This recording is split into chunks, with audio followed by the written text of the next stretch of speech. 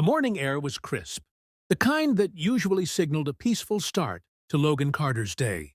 He stretched lazily, expecting the usual sounds of his ranch, maybe the distant low of Titan, his prize bull, or the mischievous bleats of the gremlins, his gang of troublemaking goats.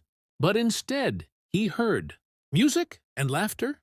Logan blinked, frowning as the scent of fresh flowers, way too many fresh flowers, drifted through his open window. That was odd. He hadn't planted anything new. More importantly, he hadn't planned a damn party. Still groggy, he swung his legs off the bed, rubbing his face. The music wasn't the tinny sound of a distant radio. No, this was live. A full-blown string quartet playing some kind of classical nonsense. And the laughter? Polished, high society, wine-in-hand kind of laughter.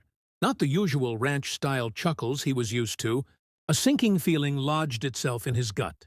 Logan walked over to the window, pushed aside the curtain, and froze. His land, his private, hard-earned land, had been transformed overnight into something straight out of a wedding magazine. Rows of pristine white chairs lined up on his lawn, leading to an elegant floral archway. Tables draped in silk sat near his barn.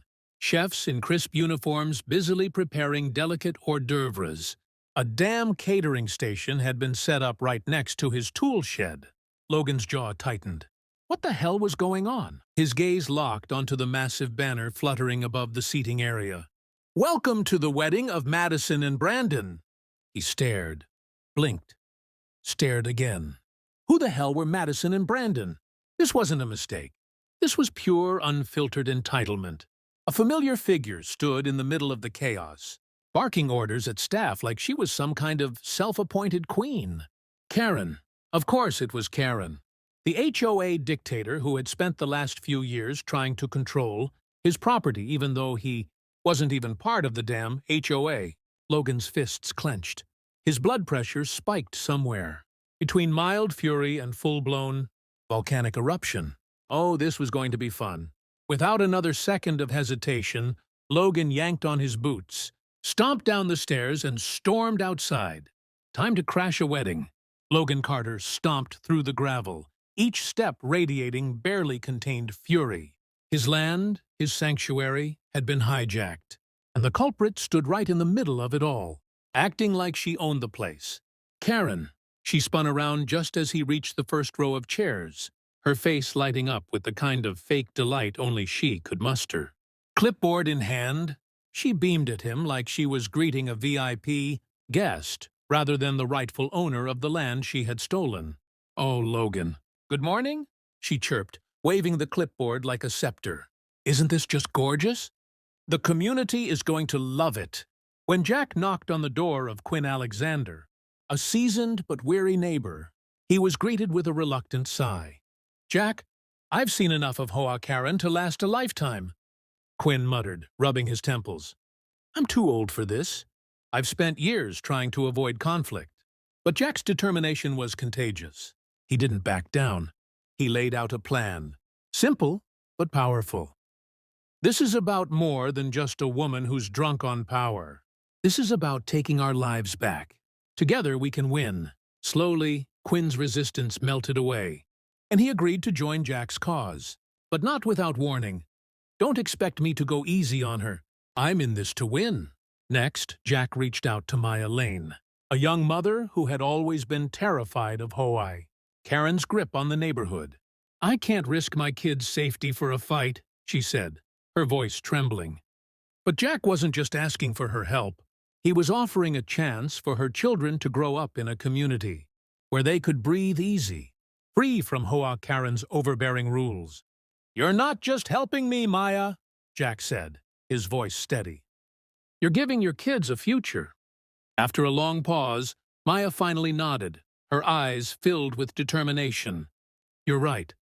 Let's do this." The group was coming together, but they were far from united.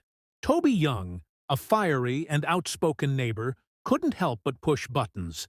"We need to act fast, Jack. If we keep waiting, HOA Karen will only get more dangerous." His urgency was palpable, but Jack wasn't swayed. "Patience, Toby. Jack said with a smirk. "We'll take her down when the time is right. And trust me, we'll enjoy every second of it." As Jack's newly formed alliance began to take shape, tensions simmered beneath the surface. Quinn, Maya, Toby, and Jack all had one thing in common: a shared hatred for HOA Karen. But that didn't mean they were united in every aspect. The group's internal conflicts became more and more apparent as they worked together. Quinn, with his years of experience, took a more cautious approach, always reminding the group of the risks involved. "We can't go in guns blazing, Jack. This is a marathon, not a sprint," he warned, his voice tinged with frustration. But Toby, ever the hothead, wasn't having it. "We don't have time for your slow and steady nonsense. We need to act, and we need to act now." His impatience was almost contagious, but Jack could see where both men were coming from. Maya, who had been the most reluctant member of the group, found herself caught in the middle of their bickering. She had joined the fight to protect her children, but now she was feeling overwhelmed by the constant arguing. "I just want to get rid of HOA Karen and make this place safe for my family," she said. Logan slipped his phone back into his pocket and strolled toward the buffet table. He grabbed a shrimp skewer, popping one into his mouth, and leaned against the table. If they wanted a wedding on his land, they were about to get a real farm experience. Logan Carter leaned against the buffet table, casually chewing on a shrimp skewer while chaos brewed just beneath the surface. His land had been stolen, his patience had been tested, and now it was time for payback. Across the lawn, Karen continued to bask in the glow of self-importance, greeting guests like a benevolent queen hosting a royal affair. Madison and Brandon, still oblivious to the storm brewing, were caught up in last-minute wedding preparations. Logan glanced toward his barn. Any minute now, a sharp gasp from one of the caterers was the first sign of trouble. One of them, a man in a chef's coat and black cap, had frozen mid-task, his eyes wide with disbelief. He pointed toward the open gate near the barn, his hand trembling. Then came the sound, a deep guttural moo. It was followed by the rhythmic thud of hooves against the grass, heavy, unrelenting, and getting closer. Logan took another bite of shrimp. Showtime. The first to appear was Titan, his prize-winning bull, a massive beast with an attitude as big as his horns. His nostrils flared as he took in the unfamiliar sight before him: white chairs, delicate floral arrangements, and tables filled with fancy little appetizers. Titan was not impressed. Behind him, a wave of cattle followed, some lazily chewing hay, others energized by their sudden freedom. Then pure chaos erupted. Guests shrieked as 1,500-pound animals barreled through the seating area, knocking over chairs like dominoes. A waiter carrying a tray of champagne flutes tripped over his own feet, sending an explosion of glass and golden liquid cascading onto the grass. Madison let out a horrified scream as Titan locked onto his target, the wedding cake. With a determined huff, he charged forward, colliding with the multi-tiered masterpiece and reducing it to a pile of frosting and crumbled sponge. The groom barely dodged a flying chunk of cake, his once pristine suit now dusted with dirt and buttercream. Karen spun around, her face morphing from confusion to shock to outright fury. "What did you do?" she screeched at Logan. Logan, unfazed, wiped his mouth with a napkin and tossed the skewer onto what was left of the cake. "Huh, looks like my cows didn't get the wedding invite," he said, a smirk playing at his lips. Karen's mouth opened and closed like a fish out of water.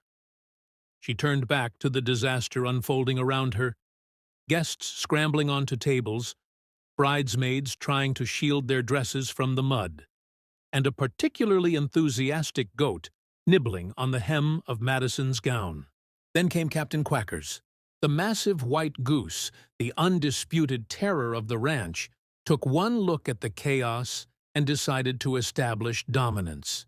With a sharp, aggressive honk, he launched himself toward the nearest victim, Brandon. The groom let out a strangled yelp as Captain Quackers flapped his wings and nipped at his leg, sending him stumbling backward into a toppled table. Madison, in full-blown distress, tried to intervene, only to have the furious goose turn its wrath on her, too.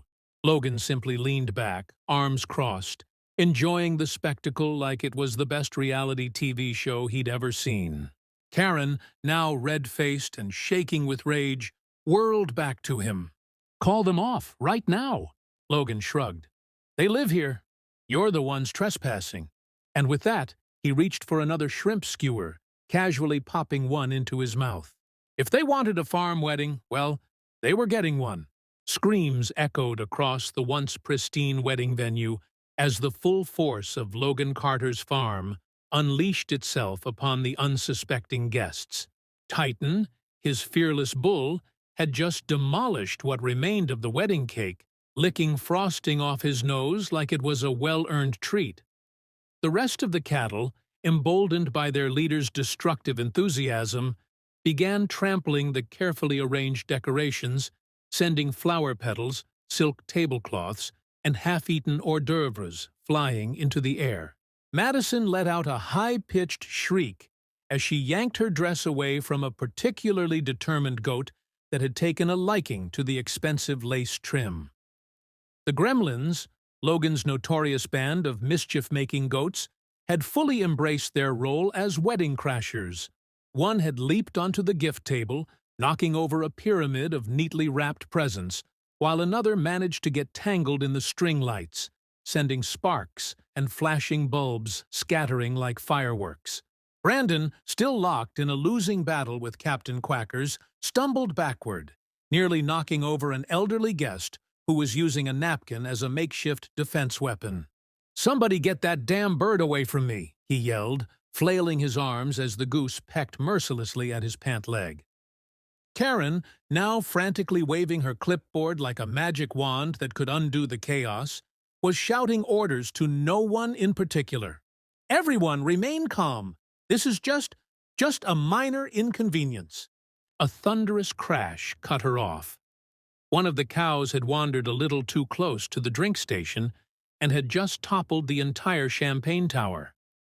Expensive bubbly flooded the grass, mixing with the remnants of the destroyed cake and various appetizers.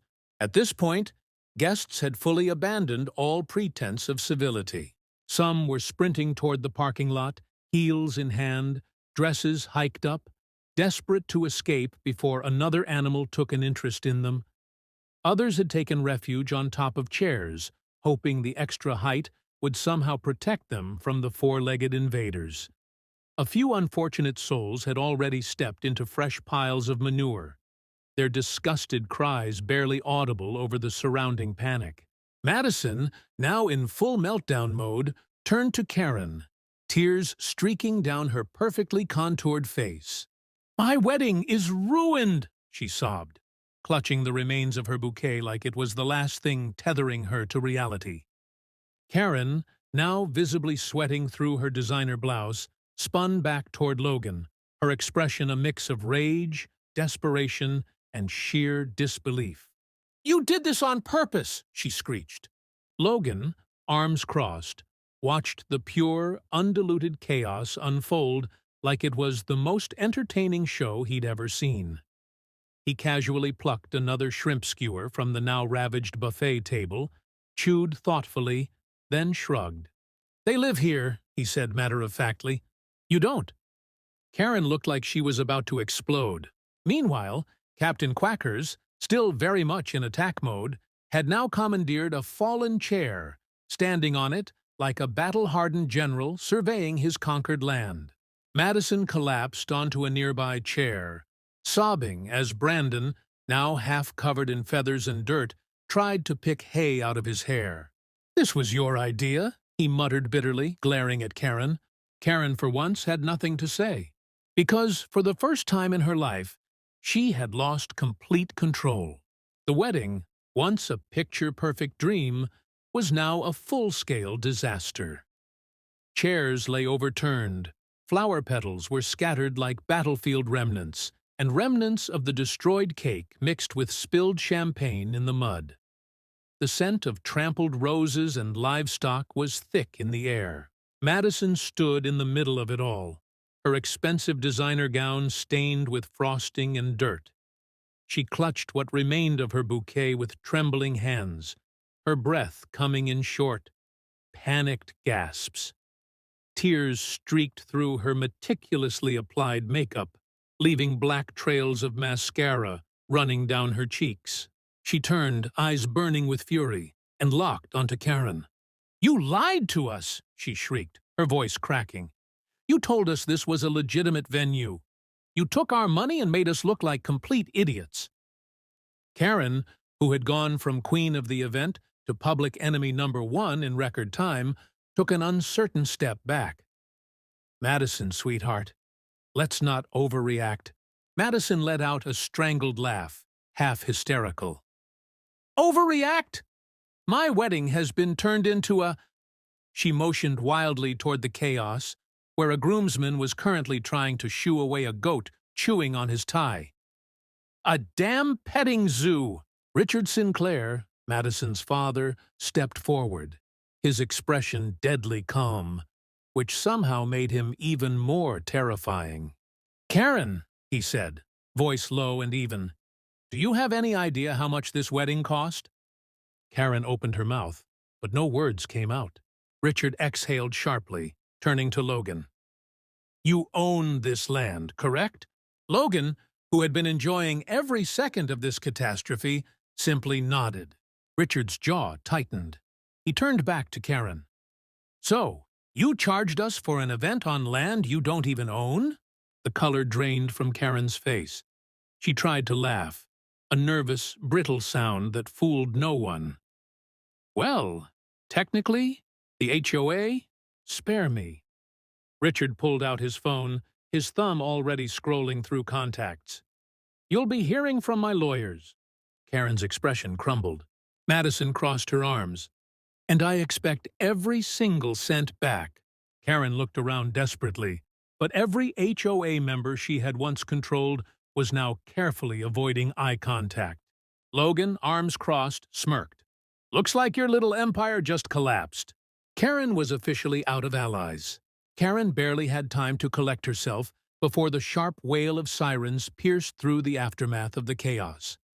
Every head turned as 2 patrol cars rolled up to the disaster zone, or rather, what had once been a wedding venue. The last few remaining guests, still trying to process the madness, exchanged uneasy glances. Some even took a few discreet steps away from Karen, as if distance might save them from being implicated in whatever was about to happen. 2 officers stepped out. Officer Daniel Mercer, a tall, serious-looking man in his 40s, scanned the scene, taking in the wrecked decorations, toppled tables, and the unmistakable sight of a triumphant goose perched atop a ruined wedding cake. Beside him, Officer Luke Simmons, his younger partner, exhaled heavily and pulled out a notepad, already looking like he wanted this case to be over before it even started. Karen, seeing her opportunity for salvation, rushed forward so quickly that she nearly tripped over her own heels. "Officers, thank God you're here," she gasped, clutching her clipboard like it was a legal document that could somehow absolve her. She pointed a shaking finger at Logan. "Arrest him! He let his animals loose on purpose. He destroyed this wedding. He—" "Ma'am," Mercer interrupted, holding up a hand. "Slow down." He turned to Logan, who had been casually leaning against a toppled chair, arms crossed, watching Karen's meltdown like it was the most entertaining thing he'd seen all week. "Sir," Mercer said, adjusting his belt, "do you own this property?" Logan gave a slow nod. "Yep." "And did you give permission for this wedding to take place here?" "Nope." Mercer's gaze flickered back to Karen. His expression was unreadable, but his tone turned noticeably sharper. "So let me get this straight. You organized an event on private property without permission, collected money for it, and now you're accusing the landowner of wrongdoing?" Karen's face drained of color. "That's not what happened," she insisted, but her voice cracked. Brandon, still brushing hay off his once expensive suit, let out a bitter laugh. "That's exactly what happened." Madison, standing beside him, eyes still rimmed with tears, but now burning with anger, nodded furiously. "She scammed us. We paid thousands for this. We have receipts." Richard Sinclair, her father, stepped forward, pulling out his phone. "And I'd be more than happy to provide them." Mercer sighed and rubbed his temples. "All right," he said, exchanging a glance with Simmons, who was already flipping his notepad shut. "Ma'am, we're going to need you to come with us for questioning." Karen's eyes widened in sheer panic. "What? No! This is insane!" She turned, searching desperately for support. But all she found were cold stares. The HOA board members, once her loyal puppets, were now looking anywhere but at her. Madison and Brandon stood together, united in their fury. The guests had all but vanished. "And Logan?" Logan just smirked. As the officers gently but firmly led Karen toward the patrol car, she let out a final screech of indignation. "You think this is over? I will sue every single one of you. I will—" Her rant was abruptly cut short as the car door slammed shut. The silence that followed was almost comical. Then Captain Quackers let out a loud, victorious honk, and Logan, arms crossed, couldn't help but grin. The next evening, the HOA clubhouse was packed. Normally, their meetings were dull affairs, filled with petty complaints about mailbox colors and grass height violations. Tonight, however, the energy in the room was electric. At the center of it all sat Karen, her face tight, hands clenched into fists on the table. Gone was the usual smug confidence. Her empire was crumbling, and she knew it. Logan Carter, invited but certainly not obligated to be here, leaned casually against the back wall, arms crossed. He had no interest in HOA politics, but watching Karen's public downfall, that was worth showing up for. Gerald Jerry Thornton, one of the longest-standing HOA members, cleared his throat. "Let's get to the point," he said, voice steady. "After the incident at the wedding, it's come to our attention that there have been some serious violations of HOA policies and legal boundaries." A murmur rippled through the crowd. Margaret Maggie Reynolds, another senior board member, adjusted her glasses. "Karen, we have multiple complaints." She glanced down at her notes. "Misuse of funds, unauthorized charges, deception regarding property use, and blatant abuse of power. Do you have anything to say in your defense?" Karen sat up straighter, her eyes darting around the room, searching for allies. But the faces that once nodded along to her every word were now cold, indifferent, or outright hostile. Even those who had blindly supported her in the past weren't willing to sync with her now. "This is ridiculous," she snapped. "I have given years of my life to this community. Everything I've done has been for the benefit of the HOA. Olivia Bennett, a younger homeowner, scoffed. "Right, because stealing money and throwing unauthorized events on other people's land is for the community?" More murmurs, some even outright laughter. Karen's face twitched. "That wedding was supposed to bring prestige. It was a misunderstanding." "A misunderstanding?" Jerry's voice rose. "Karen, you stole money, got us tangled in a legal nightmare, and humiliated the HOA in front of half the town." Karen's breathing grew shallow. She shook her head, faster this time. No, you can't do this. I built this HOA. You need me." Maggie sighed, rubbing her temples. "Karen, we already took the vote." Karen froze. Jerry folded his hands. "Effective immediately. You are removed from your position as HOA president." A collective exhale filled the room, as if an invisible weight had finally been lifted. Karen's mouth opened, then closed. No words came. Logan smirked from the back of the room. "Looks like the community finally decided what was best." Karen turned, eyes burning with hatred, but there was nothing left for her to say. Her reign was over. The next morning, Logan Carter expected peace and quiet. After all, the wedding was a disaster. Karen was ousted, and the HOA was finally forced to clean up their mess. But as he stepped out onto his porch, coffee in hand, his phone buzzed. It was a text from one of the few HOA members he didn't completely despise. "Emergency meeting tonight. Karen is out, but things are shifting. Thought you'd want to know." Logan chuckled. Karen may have been defeated, but the HOA was like a hydra. Cut off one head, and another would grow in its place. Before he could dwell on it, a familiar car pulled into his driveway. Madison Sinclair stepped out, looking hesitant but determined. Gone was the bride from hell, replaced by someone who looked genuinely remorseful. Logan folded his arms. "If you're here to ask for a redo, my cows are busy." Madison let out a small, tired laugh. "No, I wanted to apologize." She glanced around at his land, still showing signs of the chaos from the day before. "I had no idea Karen was lying about the venue. If I had known, I never would have let this happen." Logan studied her for a moment before nodding. "Fair enough." She reached into her purse, pulling out an envelope. "This is for the damage. It won't cover everything, but it's something." Logan took it, opening it to reveal a check with an absurd number of zeros. He raised an eyebrow. "Your dad's doing?" Madison sighed. "Yeah, he's already talking to his lawyers about Karen. Pretty sure she'll be in court for years." Logan smirked. "Poetic justice." She hesitated. "For what it's worth, I hope the HOA leaves you alone after this." Logan chuckled.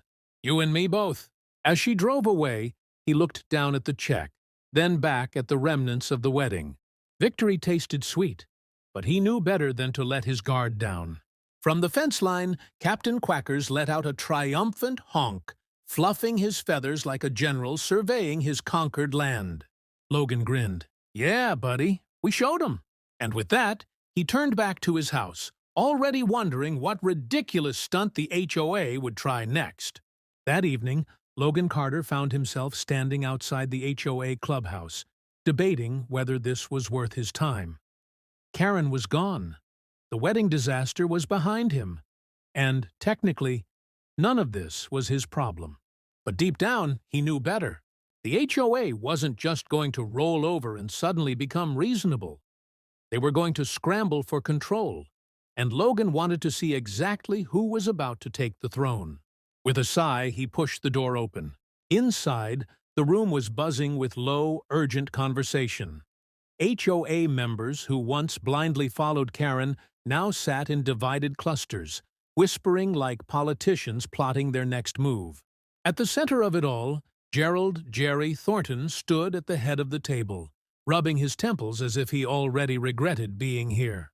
"All right," Jerry said, his voice cutting through the murmurs. "Let's get to it. Karen's gone, and we need to decide what happens next." Margaret Maggie Reynolds adjusted her glasses. "First things first. We need a new president." Silence. No one moved. No one spoke. It was as if the mere thought of inheriting Karen's cursed position sent a wave of dread through the room. Logan bit back a smirk. Finally, a voice from the back, one of the younger members, Olivia Bennett, broke the silence. "Who even wants this job? It's a mess." More murmurs of agreement. Jerry sighed. "Look, someone has to step up. We can't just let things run wild." Logan let out a low chuckle. Every head turned toward him. "You all talk like you've been in charge of something functional," he said, leaning against the door frame. "The only reason you need a leader is because Karen turned this HOA into a dictatorship. Maybe you should rethink why you even have all these rules in the first place." Some members shifted uncomfortably. Maggie cleared her throat. "Logan, we appreciate your insight, but you're not a member of the HOA." Logan smirked. "Yeah, and yet you still dragged me into this mess." Jerry sighed again. "Look, let's table this for now. We'll hold a vote next week." Logan pushed off the doorframe. "Good luck with that." As he stepped outside, the cool night air felt lighter than before. But he knew one thing for certain. This wasn't the last time the HOA would cause him trouble. The night was unusually still as Logan Carter sat on his porch, boots propped up on the railing, a cold beer in hand. For the first time in days, the air wasn't filled with the sounds of wedding chaos, Karens screeching, or HOA members bickering like rabid squirrels. For now there was peace. He took a slow sip, letting the silence settle. Across the yard, the last traces of the great wedding disaster were nearly gone. His farmhands had cleared most of the debris, except for a few stubborn white chairs still stuck in the mud, and a rogue tablecloth flapping from a tree branch like a defeated flag. The door creaked behind him. Logan turned as his most trusted lieutenant strutted onto the porch. Captain Quackers, the fearless goose, the undisputed king of wedding sabotage. The bird honked once, fluffing his feathers, looking entirely too pleased with himself. Logan smirked. "You're still enjoying this, huh?" Captain Quackers honked again. Logan chuckled, tipping his beard toward the bird in salute. "You earned it." His phone buzzed. He glanced at the screen, a message from Jerry Thornton. Karen officially removed. Vote for new HOA president next week. They're still trying to decide what to do about everything. Thought you'd want to know. Logan snorted. Of course, they were still trying to decide. The HOA ran on chaos. Karen was just the loudest symptom. His phone buzzed again. This time it was from Madison Sinclair. Lawsuit against Karen is moving forward. Dad's making sure she pays back every cent. Also, if you ever need an event planner, please don't call me. I think I have PTSD. Logan chuckled, shaking his head as he typed back. Noted. He leaned back again, exhaling slowly. Karen was out. The HOA was scrambling. And Madison's family was handling the legal side of things. For once, Logan didn't have to do anything. But he knew better than to believe this was the end. The HOA would be back. Maybe not tomorrow, maybe not next week, but eventually they'd try something. And when they did, he'd be ready. Captain Quackers honked again, as if reading his thoughts. Logan smirked. Yeah, buddy, we'll be ready. And with that, he took another sip of beer, enjoying the silence while it lasted. The morning after what Logan Carter had dubbed the Great Wedding Debacle, he expected at least a brief reprieve from the madness. But if there was one thing he had learned about the HOA, it was that they never knew when to quit. His phone buzzed before he even finished his first cup of coffee. City inspectors just showed up. HOA called them. Thought you'd want to know. Logan exhaled sharply, running a hand down his face. Of course, they did. Setting his mug down, he pulled on his boots and headed outside. Sure enough, a sleek city-issued vehicle was parked near his fence. Two men in crisp button-ups stood beside it, clipboards in hand. And standing right next to them, gesturing wildly, was Karen. Logan stopped in his tracks. Karen should have been gone, defeated, humiliated. Instead, here she was, still clinging to whatever scraps of control she thought she had left. As he approached, he caught the tail end of her frantic monologue. Completely disruptive. The animals are a menace, the noise is unbearable, and frankly, I don't think this land is even up to proper zoning regulations. One of the inspectors cleared his throat. Mr. Carter? Logan crossed his arms. Yep. The man glanced at his clipboard. We've received multiple complaints about... He hesitated, flicking a quick look at Karen before choosing his words carefully. Possible zoning violations and livestock disturbances. We're here to conduct an inspection.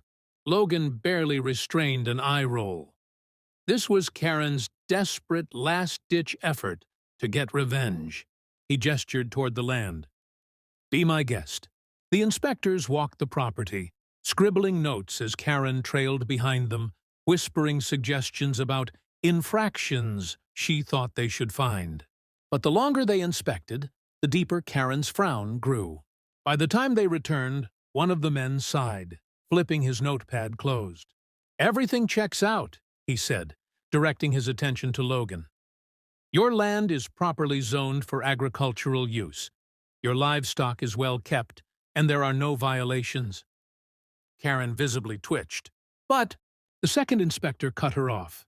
"Ma'am, farm animals on a farm are not a violation." Karen looked like she might combust. The inspectors gave Logan a polite nod and headed back to their car, leaving Karen standing alone in the dust. She turned to Logan, eyes burning. "You think this is over?" Logan smirked. "I was hoping it was."